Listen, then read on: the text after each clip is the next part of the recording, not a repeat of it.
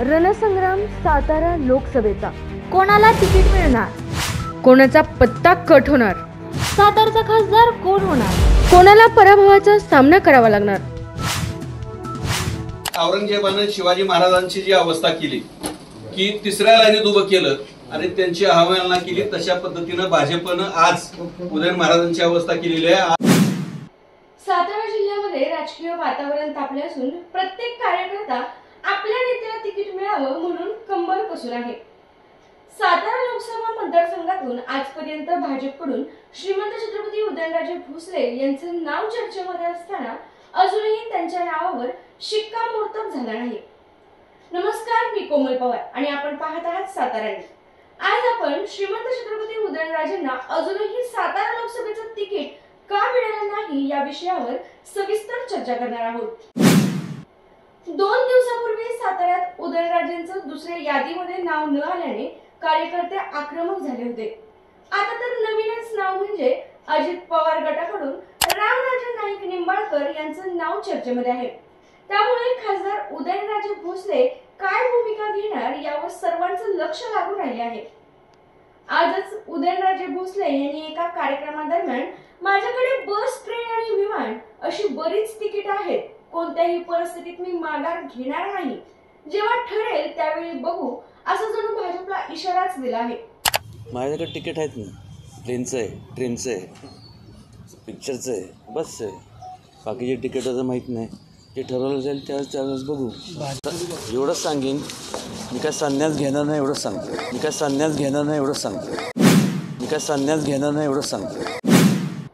जर उदयनराजेंना भाजपकडून तिकीट मिळालं नाही तर उदयनराजे भोसले यांना शरद पवार आपल्या पक्षामध्ये घेऊन निवडणूक लढवण्यासाठी गळ घालतील आणि जर तसं झालंच तर मात्र अजित पवार गटाला धोका निर्माण होऊ शकतो, असंही जाणकारांमधून बोललं जात आहे। भाजप शिंदे गट, अजितदादा गट यांच्या युतीमुळे कोणाला तिकीट द्यायचं हा मोठा प्रश्न भाजपमध्ये उपस्थित झाला आहे।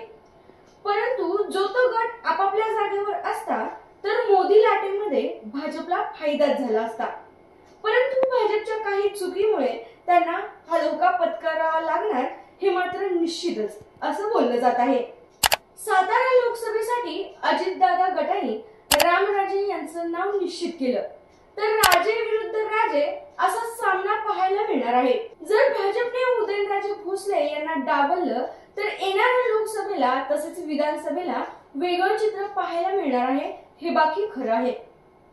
गेल्या 2 दिवसांमध्ये उदयनराजे गटाच्या सर्व पदाधिकाऱ्यांनी राजीनामे तयार करून ठेवले आहेत की औरंगजेबाने शिवाजी महाराजांची जी अवस्था केली की तिसऱ्या लाईनीत उभं केलं आणि त्यांची अवहेलना केली, तशा पद्धतीनं भाजपनं आज उदयन महाराजांची अवस्था केलेली आहे। आज तिसरी यादी जाहीर होणार आहे, तर यांच्या नावाची अजून घोषणा केलेली नाही। जिल्ह्यातला कुठलाही पदाधिकारी असो तो कुणी असो, उद्याच्याला 10 वाजता त्यांना शिवतीर्थावर यायचं, राजीनामा फुकट यायचं नाही। त्यांनी महाराजांचे आपण कार्यकर्ते आहोत, तिकीट मागायला आपण काही भिकारी नाही, काय कारण नाही तिकीट मागायची कुणाला। आजच अजितदादा गटाने रामराजे यांचं नाव निश्चित केलं तर उदयनराजे गटातील कार्यकर्ते राजीनामा देणार हे निश्चितच, पण उदयनराजे देखील भाजपमध्ये राहतील की नाही हा मोठा प्रश्न उपस्थित होणार आहे। याबाबत रामराजे नाईक निंबाळकर यांना विचारणा केली असता मी सातारा लोकसभेसाठी इच्छुक नाही असं त्यांनी सांगितलं आहे, पण जर अजितदादांनी त्यांना गळ घातली तर सातारा लोकसभेसाठी त्यांना उभे राहावेच लागेल, असंही जाणकारांमधून बोलले जात आहे।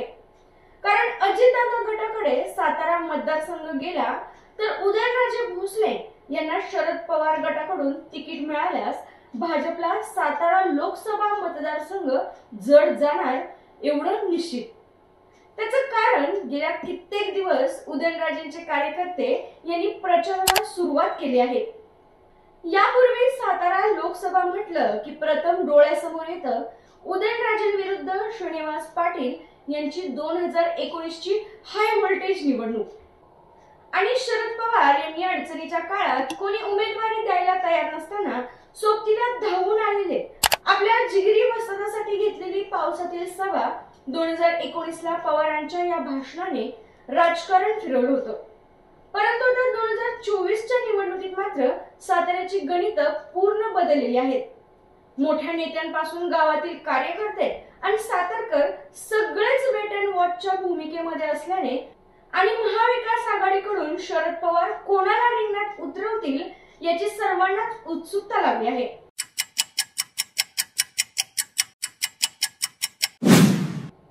सातारा लोकसभेचे सध्याचं गणित नक्की काय आहे? कोणत्या नेत्यांना लोकसभा लढवणं राजकीय भविष्यासाठी गरजेचं आहे? आणि एवढं मात्र नक्की, उदयनराजे भोसले कोणत्या ना कोणत्या पक्षाचं तिकीट घेऊन निवडणूक लढवणारच यावर ते ठाम असल्याचं आजच्या एका कार्यक्रमामध्ये त्यांनी बोलून दाखवलं आहे. पडद्यामागून नक्की कोण काय डाव टाकते, कोणत्या शक्यतांचा कोणाला काय फायदा होऊ शकतो आणि कोणाचे या खेळीमध्ये काय राजकीय हितसंबंध गुंतले आहेत हे मात्र अजूनही गुलदस्त्यात आहे. परंतु जर का आज भाजपाने योग्य निर्णय घेतला नाही तर उदयनराजे कोणाचे होतील हे आता सांगणं शक्य नाही. कारण उदयनराजे म्हणजेच पक्ष असे ते बऱ्याचदा सांगून गेले आहेत. आणि जर उदयनराजे यांना भाजपने तिकीट दिलं नाही तर येणाऱ्या विधानसभा निवडणुकीमध्ये याचे परिणाम भाजपला भोगावे लागतील अशी चर्चा राजकीय वर्तुळात सुरू आहे.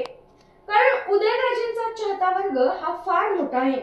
त्यामुळे येणाऱ्या सातारा लोकसभेची बेरीज वजाबाकी होणार हे मात्र निश्चितच. उपमुख्यमंत्री देवेंद्र फडणवीस यांनी कराड येथील एका सभेमध्ये उदयनराजे हेच आमच्या टीमचे मालक आहेत, कोणाला काढायचं आणि कोणाला ठेवायचं हे उदयनराजेंनीच ठरवावं असं वक्तव्य केलं होतं. आमचे उदयन महाराज बोलत होते आणि बोलता बोलता ते असं म्हणाले, रणजीची टीम आहे आणि मला बाहेर ठेवू नका. महाराज, ही रणजीची टीम नाही, ही IPLची टीम आहे आणि IPLच्या टीमचे मालक तुम्हीच आहे. त्याच्यामुळे कोणाला आत ठेवायचं आणि कोणाला बाहेर ठेवायचं तुम्हालाच ठरवायचं आहे. त्यामुळे तुम्ही आम्हाला ठेवा म्हणजे झालं.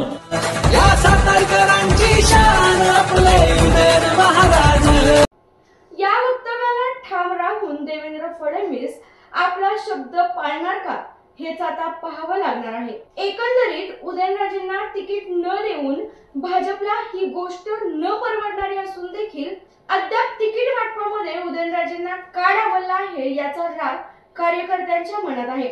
प्रत्येक मुद्दा महाराजांच्या माध्यमात जो निगेटिव्ह मुद्दा आहे तो पचवण्याचं काम केलं आणि खऱ्या अर्थानं स्वतःचे बगलबच्चे आजूबाजूला बसवून या ठिकाणी महाराजांना पहिल्यापासून फितुरी करून या ठिकाणी तिकीट न मिळवण्यासाठी या पक्षातील कार्यकारिणी जिल्हा कार्यकारिणीतूनच प्रयत्न झालेला आहे.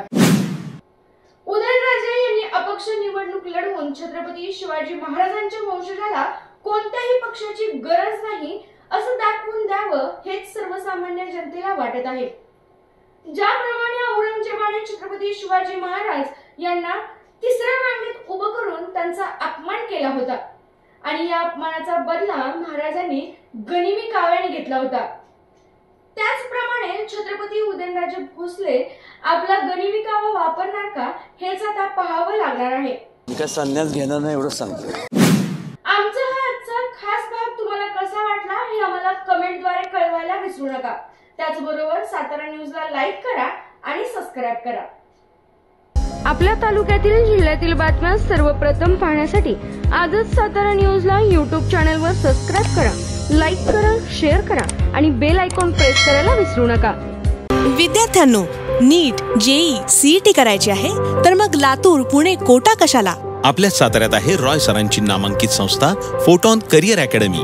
उच्च शिक्षणातील निर्णायक वळणावरील दीपस्तंभ अर्थात रॉय सरांची फोटॉन करिअर अकॅडमी. नीट, JEE, regular repeater batches, MST CET batches, 100% निकालाची परंपरा, सर्वोत्तम प्रदीर्घ अनुभवी IIT फॅकल्टी. तर मग गुणवत्तेची हमखास गॅरंटी.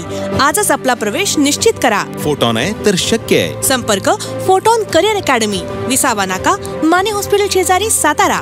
फोन 93 564 72 005.